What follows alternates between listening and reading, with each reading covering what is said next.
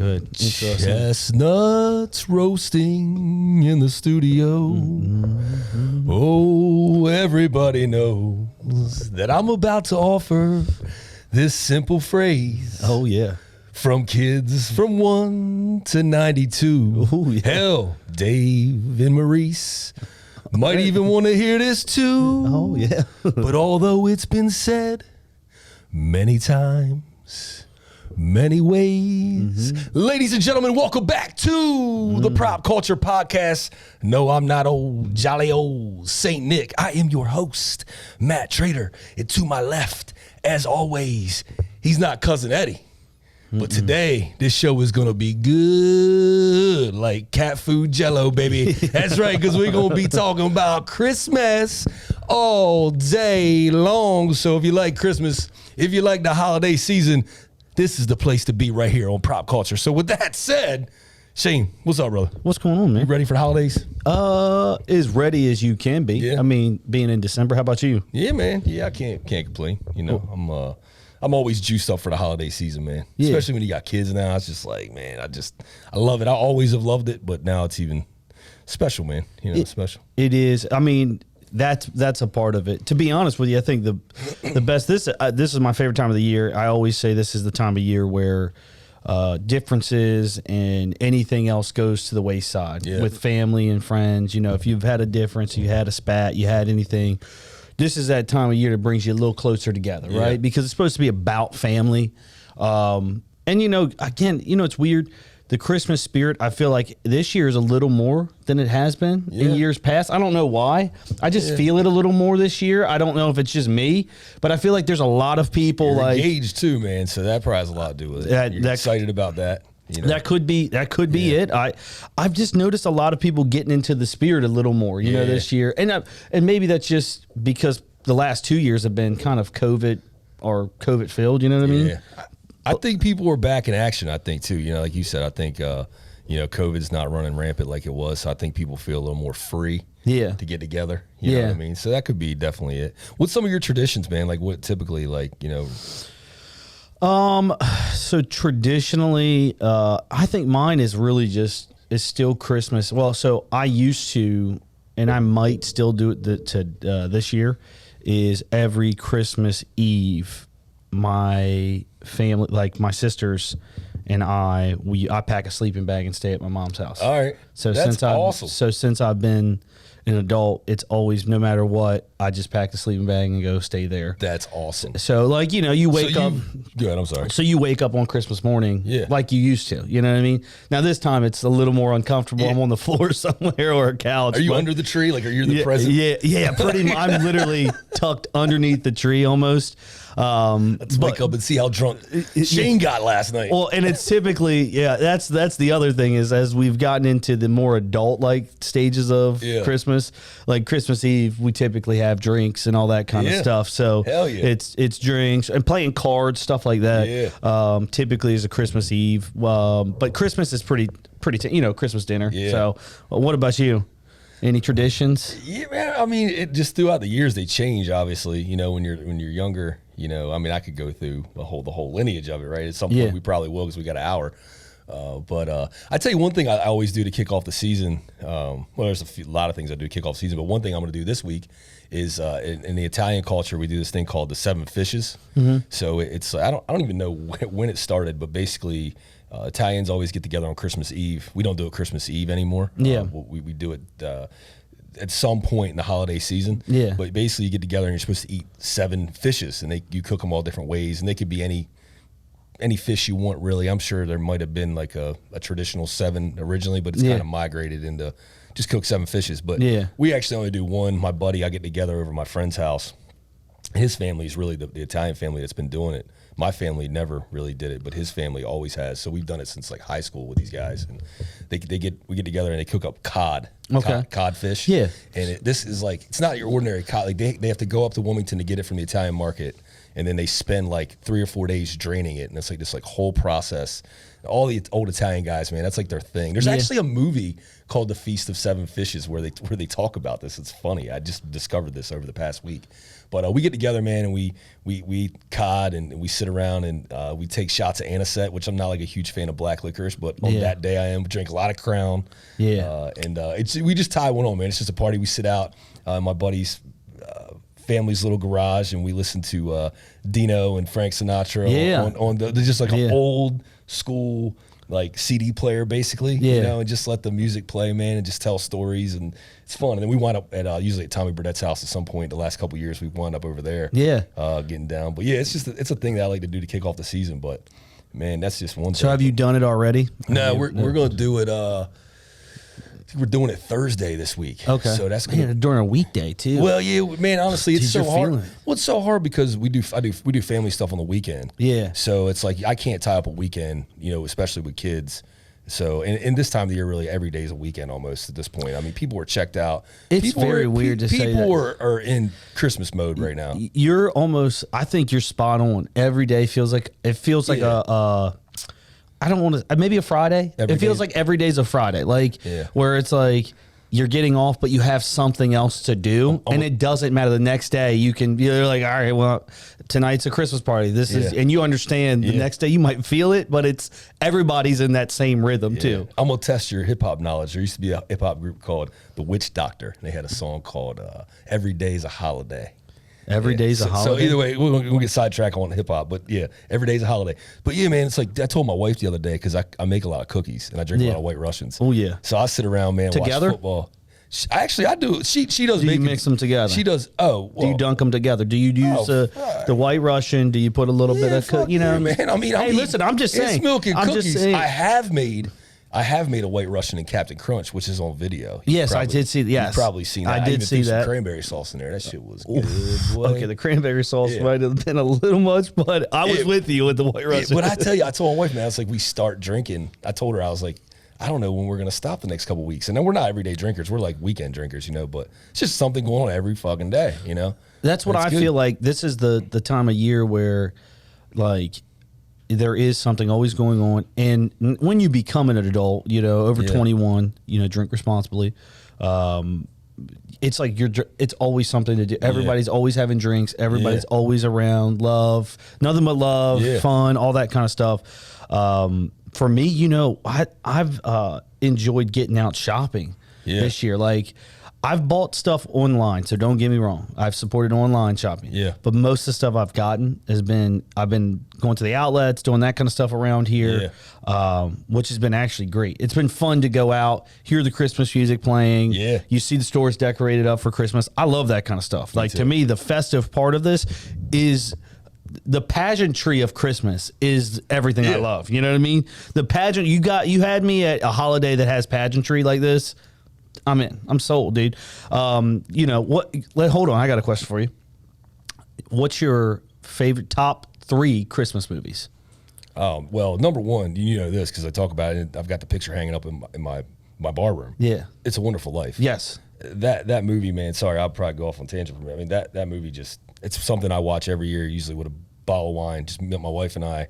And it's funny because I didn't see that movie until later in life. Yeah. And it became instantly probably one of my top 5 all-time favorite movies. It's it's the most simple little movie.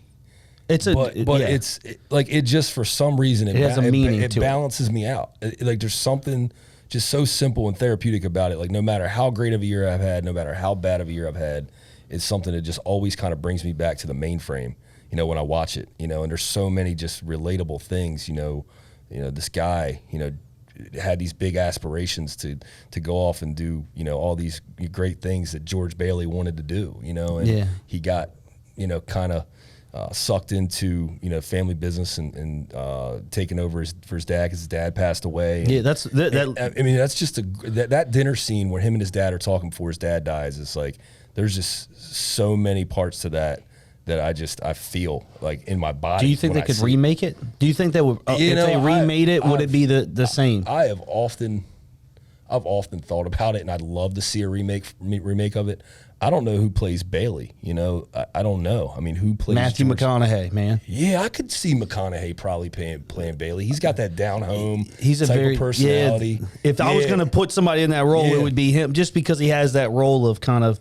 Yeah, you don't want to. I mean, they can make him younger, Yeah. obviously, because Jimmy Stewart was, obviously looked younger at least when he played the role. But I love it, man. You know, the movie. I mean, Mr. Potter. Look, there's a lot of Mr. Potters running around.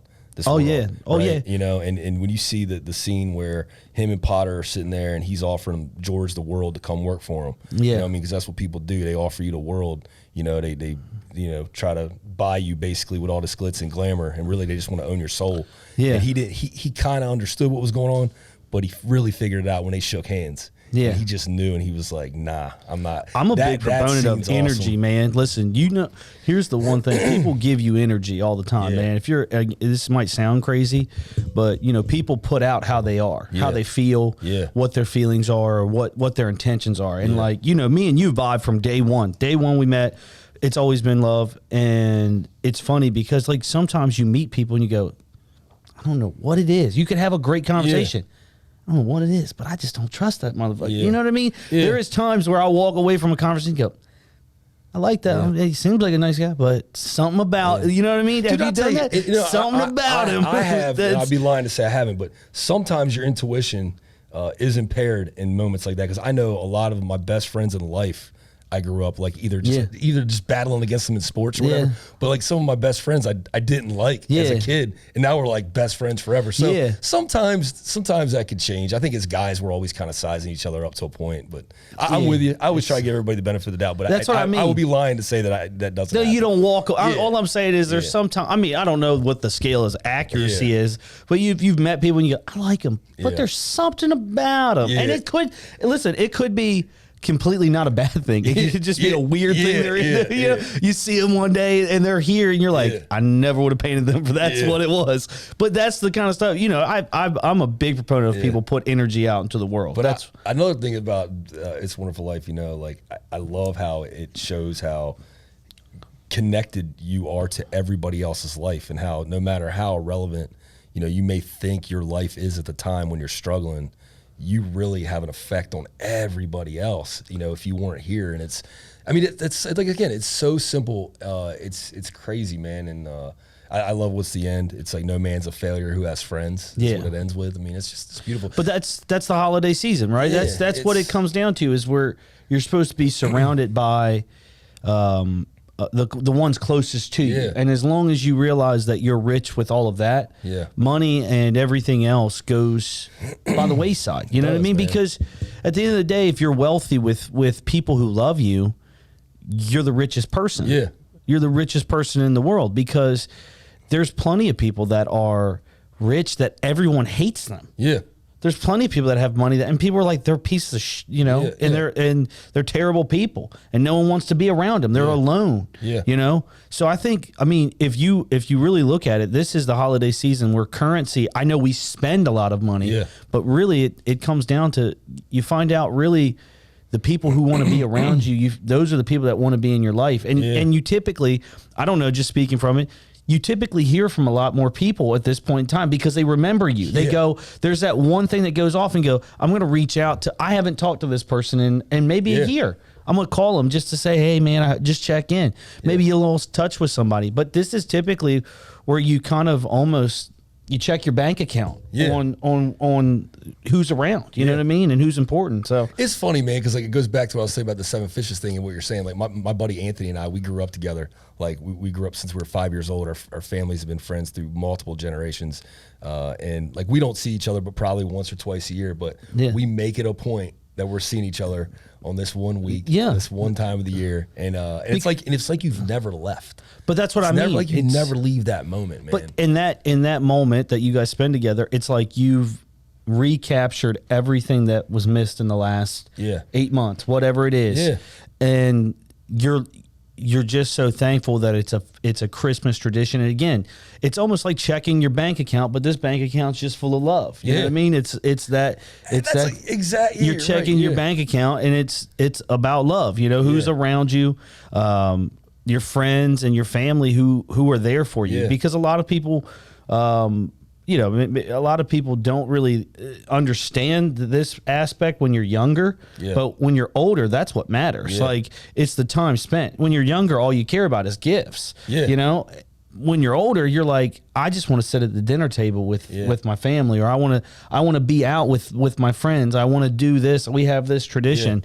You know, watch the parade, watch this, go here, go that. Exactly. I think that is where our currency when we get older is. And I hope that we never lose that. That's the one thing that I hope that we never lose is like the Christmas spirit as adults, just a bit different, a tad different, just because you're now an adult and presents aren't what you care about because you're like, I work every day. I have to. I joy to other people. Yeah, man. you want to bring you. That's it. Yeah, that's it. And what can I get somebody else? Not what. Yeah, correct. Not what I'm getting. You know, it's like you want to see the joy you put on somebody else's face. Right. And and if you have the ability to do that, people love. You know, you love like being like, oh man, they wanted this so bad. Like I can't wait to give this to them. Like because you know maybe you have the financial means and they don't. And this is where it comes down to like again thinking about. I'm a big proponent. What's your thoughts on gift cards?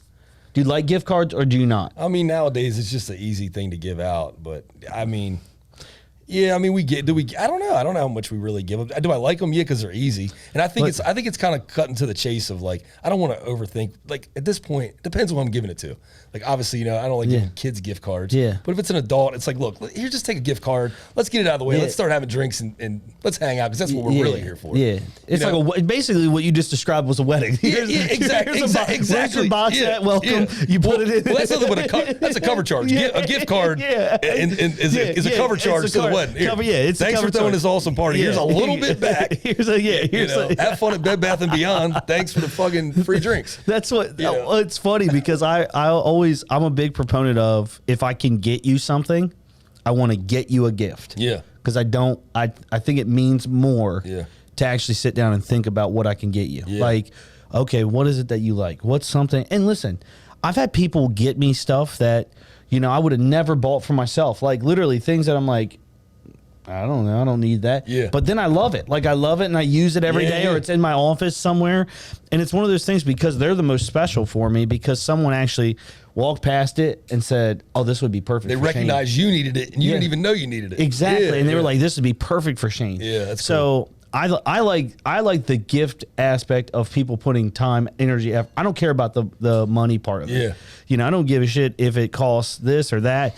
If you thought about me and said, I thought you would like this. Yeah. To me, that means the world. You know what I mean? That you actually walked past something and said, you stopped in the store and said, you know what? I should get that. I think Shane would like that. You know what I mean? Yeah. And I guess that's what I don't like about gift cards is because I can go to a rack and don't get me wrong because I still give them out. Like you said, there's certain people I just, all right, just go here, boom, boom, boom, boom. But there's no thought really put into it. Maybe thought like, oh, they go here so they can go spend their money on what they want. But it's not. You know what I mean? You could go buy something for almost half the price of the gift card, but it has value in terms of your thought process and what you put into it, where I think people would appreciate the item more than they would the gift card. Yeah.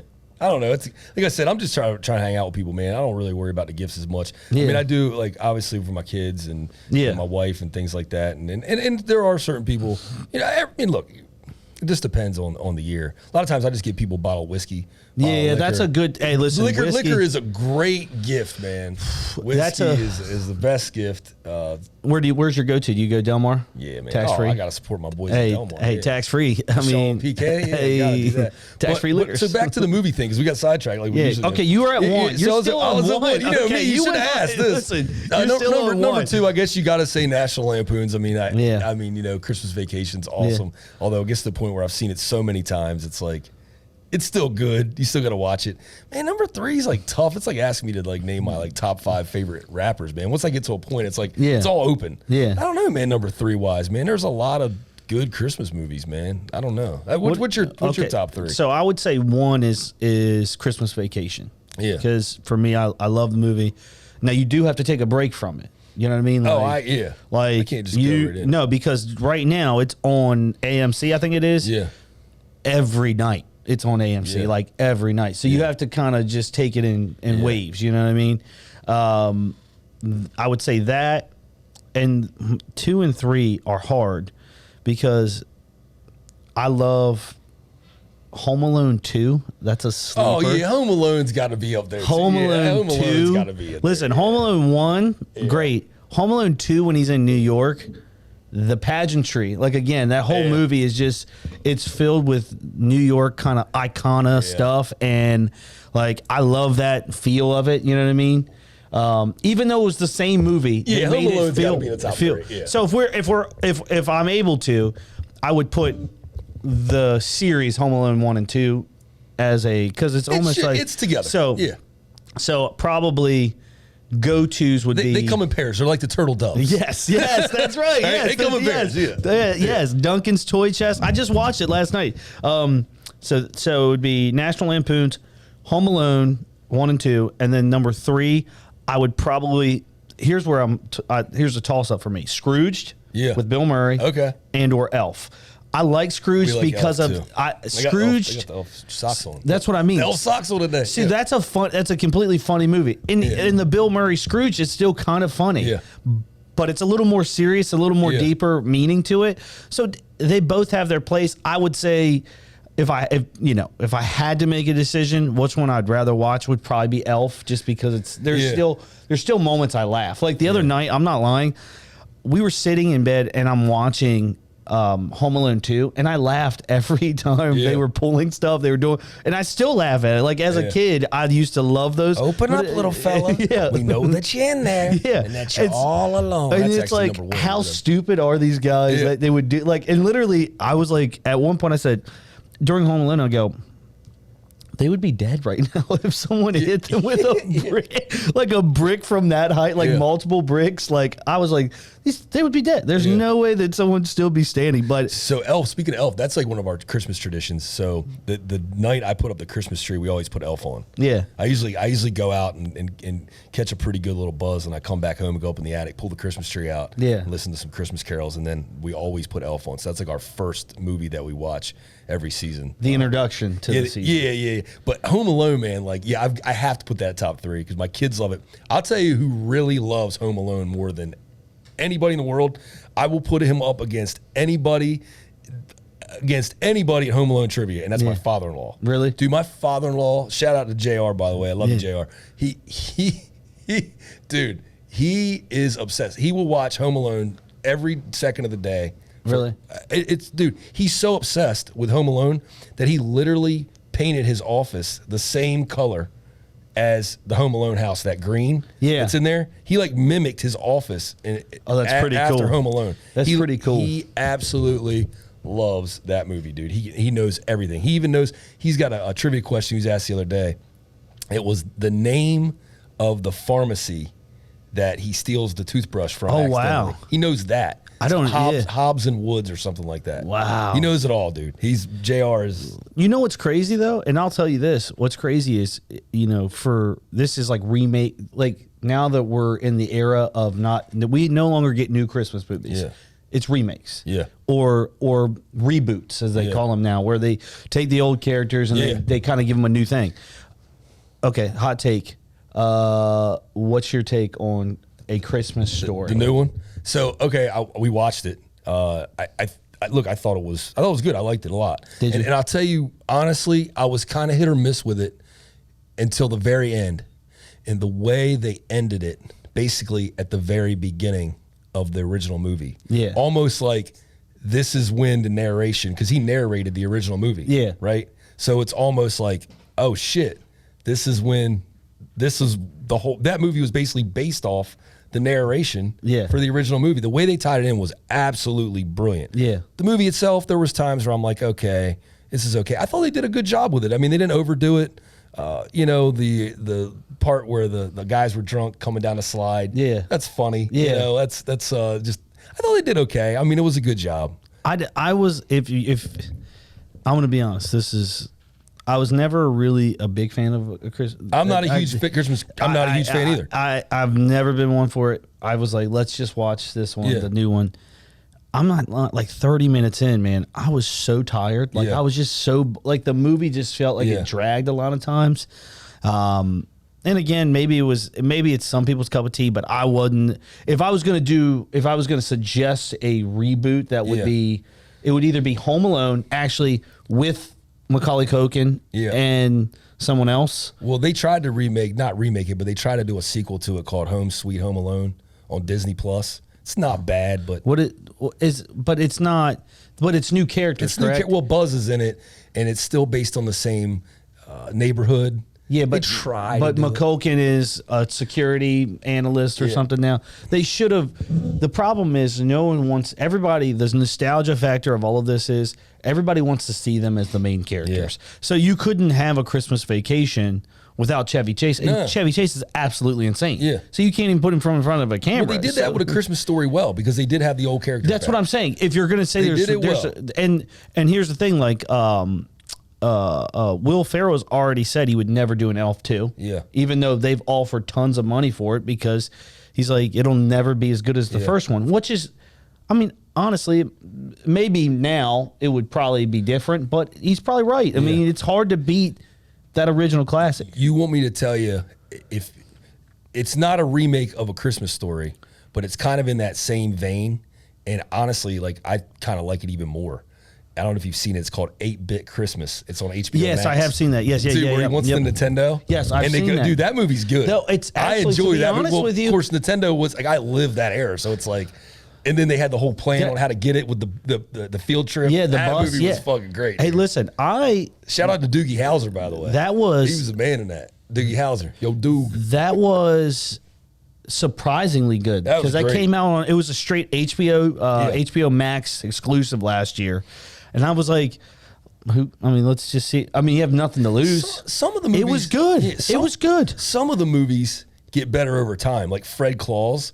Like you watch that. Oh, I love Fred Claus. Fred Claus, dude. Over time, I'm like, I like Fred Claus now. I love. You know what I mean? I love Fred Claus. How about Four Christmases? Four Christmases. Is great. I love Four dude, when he comes out like Joseph. He's a fucking man. Yeah. So let's say, unfit mother. Give me your child. Four Christmases is good. Dude, I love Four Christmases. So let's segue into Christmas carols. What's your top Christmas carols? Oh man, this is more. I'm not big on Christmas carols. What? So, no, man. Come on, dude. You were just listening to Elvis on the way in here. I mean, listen. I will, but I love the old school. If we're talking Christmas music, that's the stuff I love. If it's it's that Frank Sinatra, that brand of Christmas carol. I'm not big on like the remakes, you know what I mean? The hip hop remakes or the there's country remake. I just like the original They so just what's some songs you like?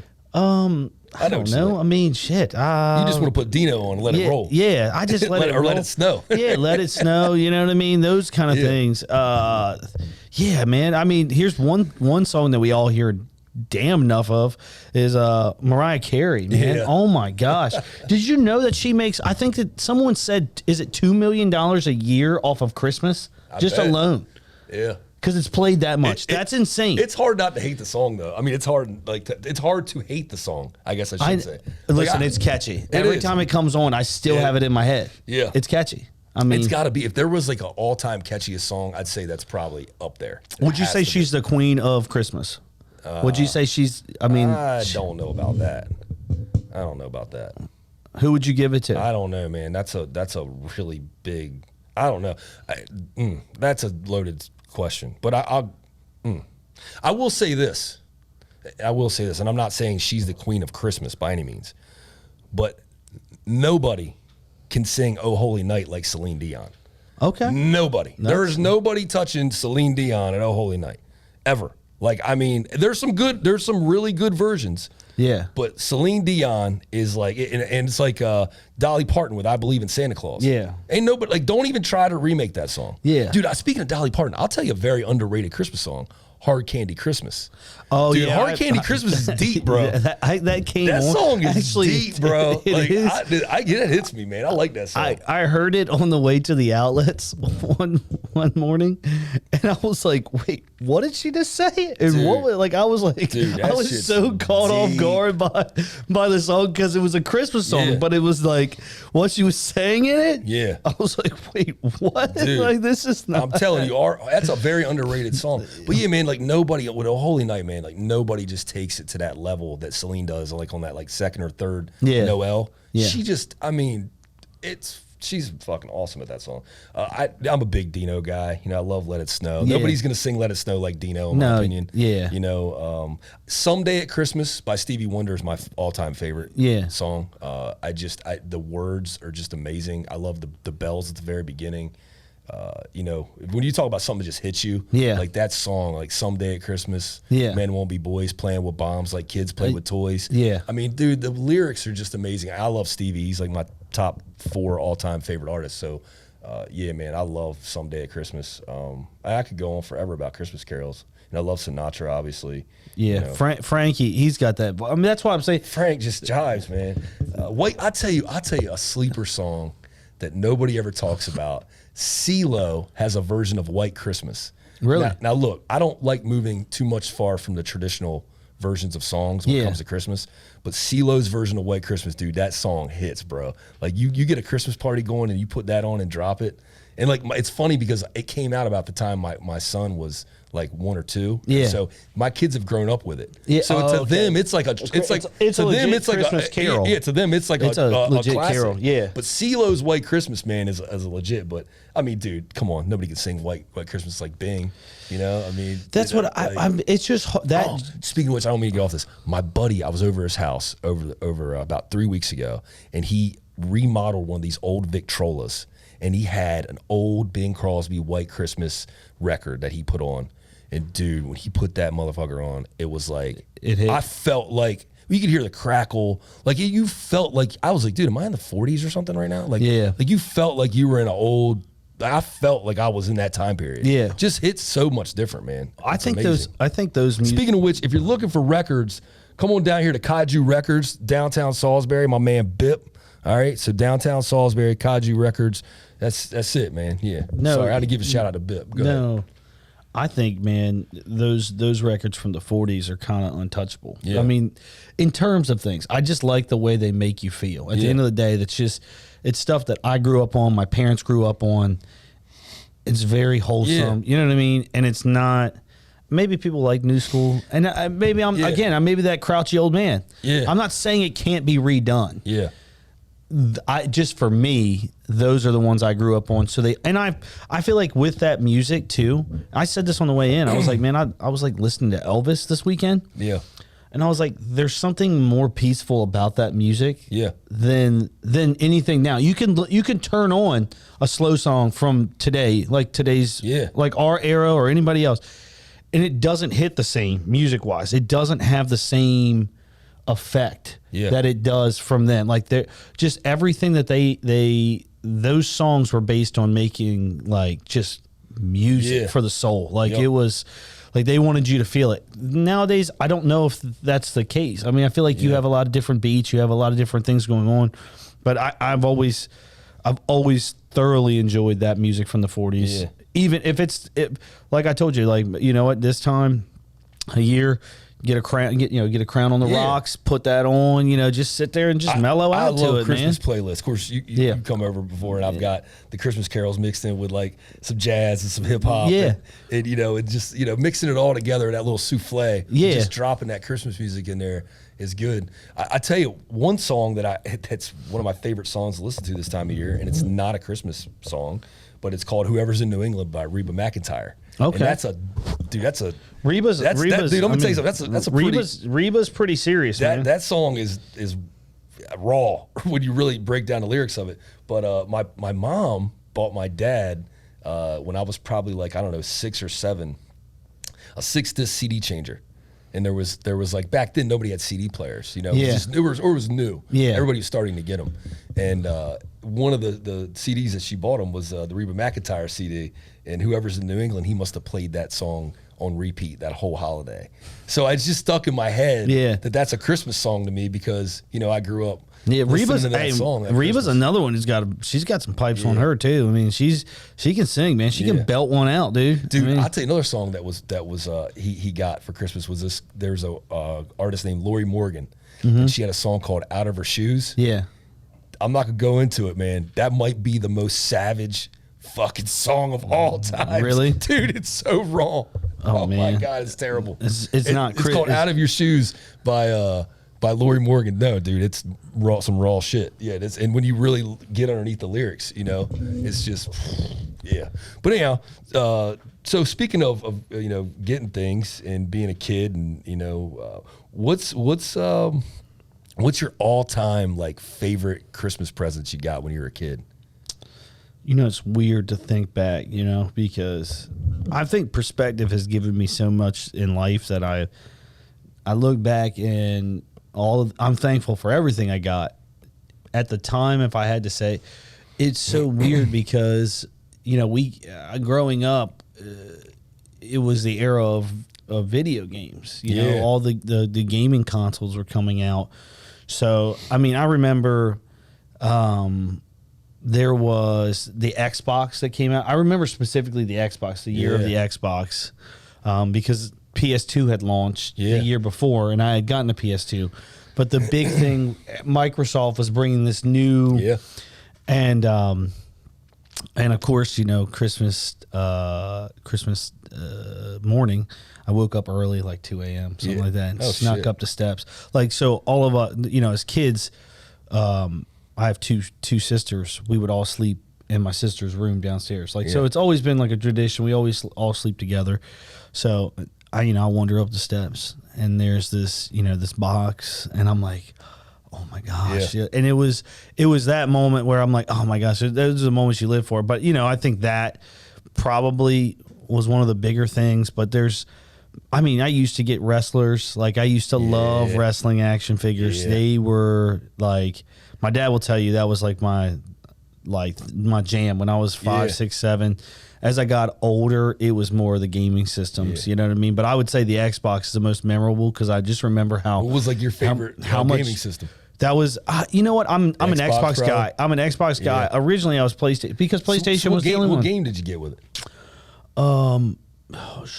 Was it Madden? Madden was on there. I think but they only had like Halo and Madden. They had like NFL Blitz. Yeah, it was like.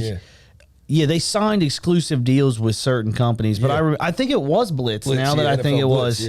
Blitz and NFL something. Street. There was NBA Street, NFL Street. Yeah, dude, NBA Street was my jam back in the day too. NBA Street, I used to play that hard, dude, man. I could roll on you with Rick Barry. Boy. Yeah, Rick Barry. Was I used to love Dr. J, man. Dr. J, and because he used to have the old Nets jersey, man. I used to ball out now. Yeah. That was a great game. NFL Street was a little. I mean, Ricky Williams was a monster in that game. If whoever had Ricky Williams. Cheat code. It was like Bo Jackson. Yeah, I always like NFL Street better than Blitz. But did you? Oh yeah, Blitz was. You know what? Blitz was. You know what? Underrated game. Techno Super Bowl. Oh yeah. I mean, I liked it. It was. That's my era there. That's an underrated game nowadays. But I think it's better than Listen, Madden now has not changed in the last. I don't know how many ever years, and everyone, everybody wanted it to be more graphics and more this and more that, but like I'm more of like the simple, like me too, man. Like Dude. I'll sit down and I could sit down and play. I could play we could bring the system in here and I'd play all day against everybody in Techno Super Bowl. If we're playing Madden, I'm like, it takes too long. You got to do like Mortal Kombat combinations to do one juke move and shit. I don't know. I just want to beat you with a joystick and a A and a B button or something. Yeah, that's what I mean. And you remember like when you would cut, it would be like you would have to do. It was not. It was nothing. You had to get creative and kind of do your own kind of like stopping and starting. Because you could only go two ways. Like it was either vertical or diagonal. It was never. You couldn't like go in between or anything like that. But you might go back a little bit to stop and start. It was like you created your own moves with the joystick that you had. With the basics. Yeah. Well, that's why I love that game. But no, it was, you know what? The other thing was, man, Super Nintendo was the other system that we got when I was a kid. That was like, I mean, that was so popular because it had all the Marios on there and all that stuff. I mean, Nintendo was huge when I was a kid. Yeah. Nintendo, Super Nintendo. I had Genesis. Did you? Yeah, we had. Well, I grew up with. I came off. I was like the back end of Atari. Yeah. I remember playing Pong and Tank Battle and all those games, or Combat. We call it Tank Battle or whatever. And then Nintendo had come out. The year I was probably like 5 or 6. Yeah. And that was it. I mean, Nintendo took over everything. Yeah. And oh man, and then in the 90s. Well, then Sega come out, but Sega was like the Burger King to McDonald's to Nintendo. You know what I mean? It just never. They tried to do the Wonder Boy thing to compete with Mario, but they just could never get it right. They had Sonic, and Sonic was okay. They decided they were just going to skip the whole 18-bit thing and go right to 16-bit with Genesis. Yeah. So they were kind of ahead of Nintendo, and so I got Genesis. Well, back then, dude, like you either had one or another. Yeah. Like you either had Genesis or you had Super Nintendo, and you were like, if you were a Super Nintendo guy, I'd be like a Genesis guy. Yeah. And that was it, right? Dude, it's crazy. Our kids today, their thing is like they don't even play that many games. They play like Fortnite and like maybe one or two other games. Our kids just want all the platforms. Yeah. They our kids have like, you know, it's like they got a PS5 or a Switch, then they want a PS5. Then they were like, well, I need a PS4. What the fuck you need a PS4 for? You got a PS5. Yeah. They just want to say they have them all. They don't even really play the games. They sit there and watch YouTubers play all the games. Yeah. I'm like, dude, go get more games. You don't need another platform. You know what I mean? Like back in the day, it was one or the other. Yeah, one or the other. There was no, you got every damn system. Well, that's where like it's crazy. You know it's crazy back then when you got a gaming system. I mean, that was a big deal. Hell yeah, dude. That was a big deal. You got a gaming system. Oh my! Like that's. I mean, dude, the cost of everything was substantial. You know, think about it now. Like I was talking about this the other day. Remember the old big screen TVs, like the 55 inches that were thick. They were thick daddies. Yeah. And I was like, man, those things were like thousands of dollars. We never had one of those, but I knew people thousands of dollars, dude. Yeah. Now you can buy a 55-inch TV for $200. Yeah. Like literally, I could walk into Walmart right now. Yeah. And walk out with one for probably under $200 at this point, which is insane to think about. Back then, but that's where like I think kids don't even understand. Like we came from the generation of you had to pick one or the other. Yeah. There was no such thing as you had an Xbox, whatever, the new one, and a PlayStation. Yeah. It was like you got one or the other. Yeah, right? you didn't have an Xbox and a PlayStation. You're either an Xbox guy or a PlayStation guy. Yeah. That's pretty much it. Exactly. You know? You didn't have the choice to be that. And the other thing is these guys now they have the ability to play with each other on those systems. So they can literally like, oh, your friend has a PlayStation and you have an Xbox. Okay, cool. We can still play online together. Well, dude, what they do is because like Fortnite, they'll all go out. They all have like switches on the side, which is Nintendo's smart because the Switch is like the Switch is mobile. Yeah. So like they'll all go get switches. So when they go over to their friend's house to play Fortnite, they may be on the PlayStation at home, but they go take the Switch to their friend's house so they can battle while they're there, so they don't have to pick up the whole console. Because if I wanted to battle you at Fortnite, I'd have to bring my entire console over. Oh wow, really? That was a process, dude. I'm gonna move a whole console. So they can go over and just bring their Switch and just play. Yeah, but it's crazy, man. Like the whole thing's nuts, the whole video game thing. But it's funny you talk about you would still play the old games because I literally still play the old games. It's like that's like my therapy, like my getaway. I've got Kung Fu, which is the first game I ever had for Nintendo. And I still play it to this day. I got my son McAllen, he's playing it now. Yeah. And I don't know if you remember Kung Fu. Oh, I do. I love that game. I can beat it like in no time, and it's just I love that game. I still play to this day NHL '95 on Sega Genesis. I have it literally. I have a TV in my media room upstairs dedicated to just NHL '95 on Genesis. Yeah. So and my cousin he plays it too. Yeah. So when he comes over, I'm like, here's the paddle, and then we just sit there and battle, watch football, or whatever. Yeah.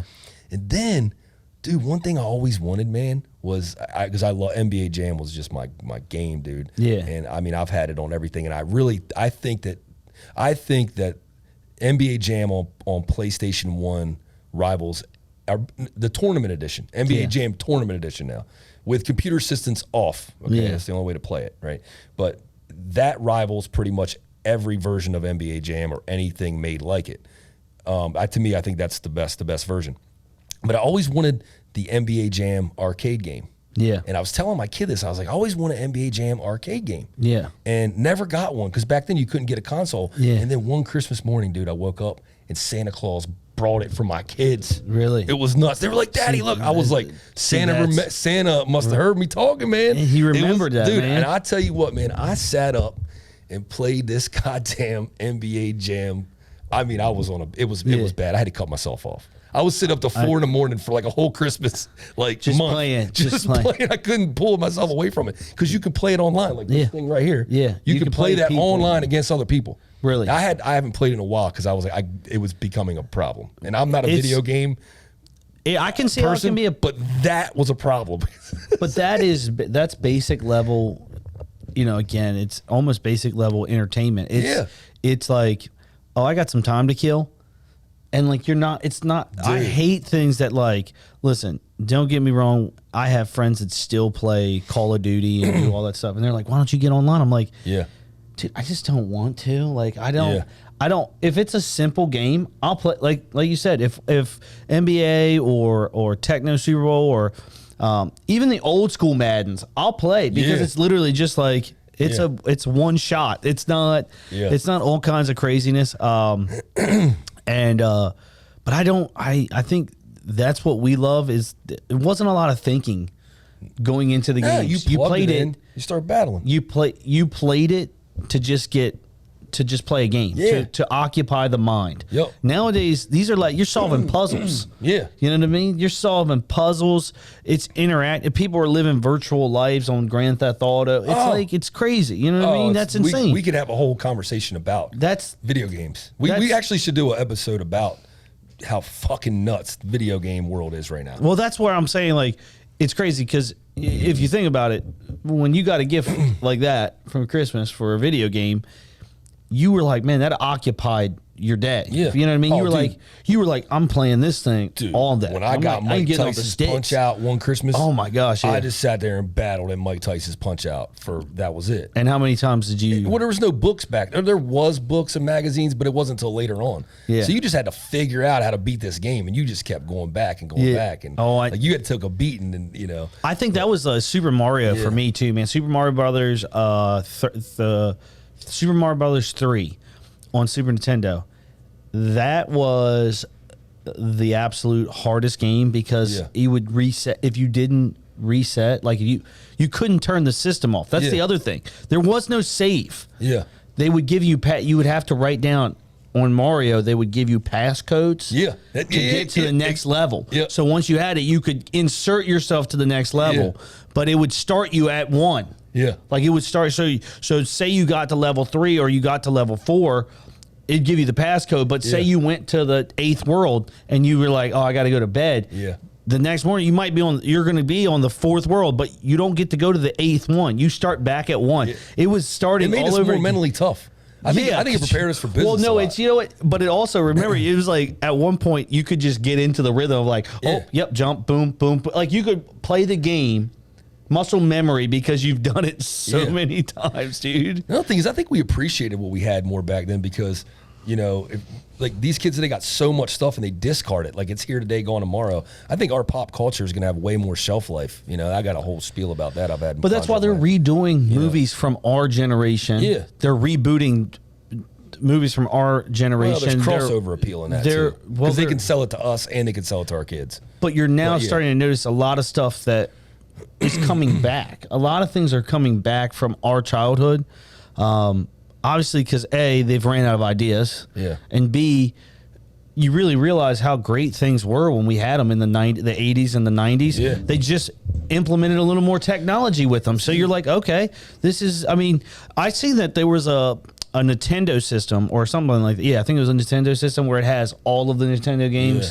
And it's like 180 games and it's just one console. I've got one of those, Do but you? I haven't. You got to like hack it to get all the games. I haven't hacked it, so there's Tyson's Punch Outs on there. So I battle at that. I just been too lazy to hack it. Said I But gotta hack it. you got to hack it, and you get all the games. Baseball Stars is pound for pound the greatest baseball game Yeah. ever made, and I've been wanting to get that. But dude, so like toy wise, man, like So what's your like what's that gift that you got or gifts that you got? Shit, man, Castle of Grayskull. Oh, Dude, yeah. let me that's tell you something. In the 80s, like, I still to this day say that's the Mike Jordan of Christmas presents. Yeah. The Castle of Grayskull, dude, was like it.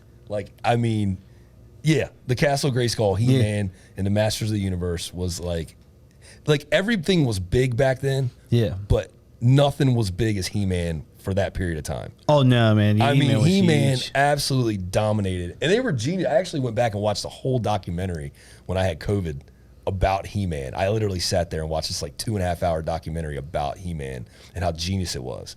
Because what they did was they basically, all the marketing behind it was because there was no cartoon originally or nothing behind it. It was just a toy. Yeah. Right? They created this toy, and I don't want to take up too much time, but they created this toy. They had nothing behind it to market it. They actually developed the cartoon to help them sell the toys. They were putting out like a little comic book strip into every box to tell some kind of story. Yeah. Because he just had this character. Yeah. Which was brilliant. So what they did was the kid would be He-Man and the father or the parents would be Skeletor. Oh, okay. And yeah. the stick was, I have the power. So it made kids psychologically feel like if they got this He-Man character, that they had the power over the parents. Yeah. And so Skeletor represented the parents. And wow. psychologically, dude, they really, really got inside of kids' minds. And I don't know if that played a role in it or what, but dude, He-Man was the shit. And when I got that Castle of Grayskull, boy, I mean, that was amazing. Yeah, no, I remember the actual toy itself. I mean, that's a huge deal. My God, they had every damn character you could think of, man. The Castle of Grayskull. How about shit, I mean, this is a little off from it, but did you like the Dolph Lundgren performance of? You know what? As much did you like the real live action? I probably liked it as a kid, but looking back on it, no, because it just was so far removed from what I felt like the cartoon was. The cartoon was just, you can't even explain like the magnitude of how great that cartoon was when you were a kid. It was deep as shit. I've gone back and watched them now with my kids which sucks is you think that your kids are gonna like what you like. And they don't. They're not. And impressed. I'm like, how do you not? They weren't impressed at all. They want to watch like Peppa Pig and shit. Yeah. Like, how the fuck you want to watch Peppa Pig? I'm like waiting for He-Man to come in and like carve up this little piece of bacon. You know, like, you're watching like Ryan's tour review. I'm trying to show you He-Man, bro. Yeah. Like it drives me nuts. But I look back, man. Those cartoons were deep. He-Man, Transformers, GI Joe. Like they had. Like, legit Transformers was huge. They always had a moral. Yeah. At the end of them. See, today's cartoons are very focused on education and not so much morals. Ours were always about morals, not even as much education. Yeah. They'd always have knowing is half the battle. Actually, yeah. You know, at the end of the show, He-Man would come in and tell you, explain, break down the show. And I think we wonder why kids grow up to be smartasses with no respect. Yeah. Because they're being taught to be smart, but we're losing that value component, you know, in their pop culture. And look, I could be wrong. There maybe somebody could point out some shows. Actually, there's a show on YouTube called Darman. It's like this soap opera Monroe watches. And dude, Darman teaches some good morals. Really? So, yeah, but anyhow. But Castle of Grayskull was my shit, bro. Like when I got that as a kid, man, I thought that was awesome. You know, and just wrestling action figures. I mean, that was huge. You know, waking up to Christmas morning and Santa Claus had brought damn Hulk Hogan and you know, I mean all those guys and like a wrestling ring. To have that. I mean, when I was a kid, I think I had like 3 or 4 different wrestling rings. I had tubs, like legit tubs of wrestlers. Yeah, and I mean that would entertain any day off for me, even on sick days that maybe I faked being sick. That's what I would do. I would just play with my action figures all day long. So you had the ones, your generation of wrestling figures, you could actually like bend and move and actually set them up. Ours were like just the big pieces of rubber.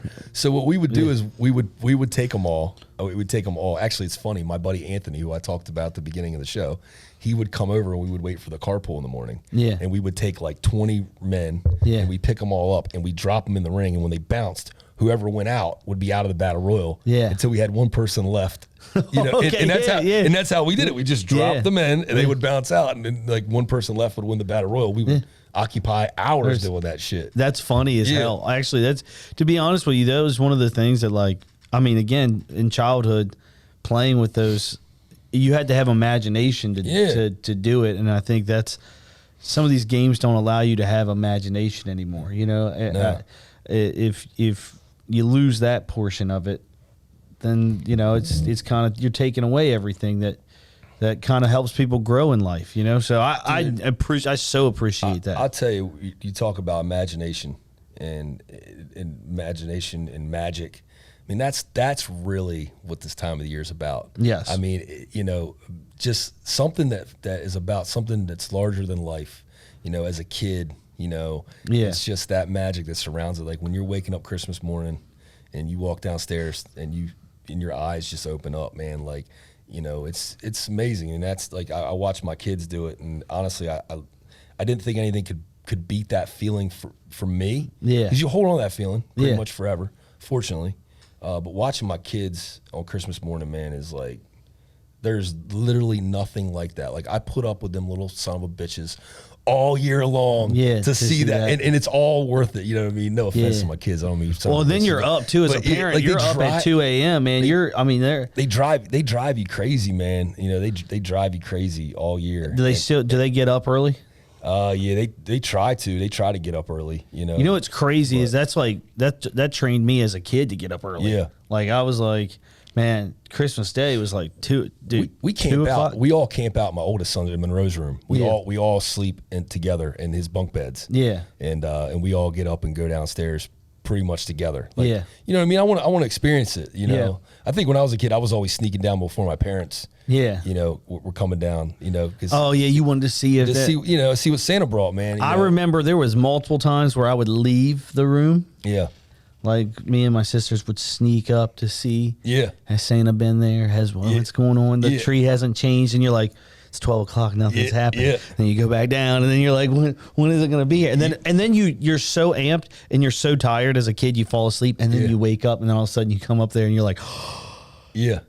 Yeah, like there's nothing like that feeling of being like, oh my gosh. You just never know, man. Yeah. Santa gets caught up sometimes, man. He might have, you know. Hit some delays, you know? Yeah. Some chimneys. Yeah. Chimney delays. But yeah, man. Dude, I'll tell you, man, watching them come downstairs, dude, it's special. I've videoed every one of them. I got them all up on like my private YouTube channel. Yeah. So like, I mean, it's just, they want to see them. They want to watch it. That's a memory, man. That's a memory. That's a memory that's very... As a kid, I guess there's no more excitement than actually probably Christmas morning. No, there's probably nothing that can compare to birthdays, anything. I mean, Christmas morning is there, like you said, there is a magical aspect of it. I think it goes back to Christmas movies real quick. I think that's one of the reasons I actually love Fred Claus. I love the point that Fred makes to Nicholas. You know, it's like every kid deserves to have a good Christmas. Oh yeah, there is no bad kids, Nick. You know what I mean? Like every kid deserves to have a good Christmas. I think that's one of the reasons I actually have. It's grown on you. I've become very fond of that movie over the years. You know, Vince Vaughn's my guy, so I've always liked Vince Vaughn's my. Yeah, man, he's my dude. I think we're getting close to tying this thing up. Yeah. It sounds like we're going to get sidetracked. Yeah, so good, man.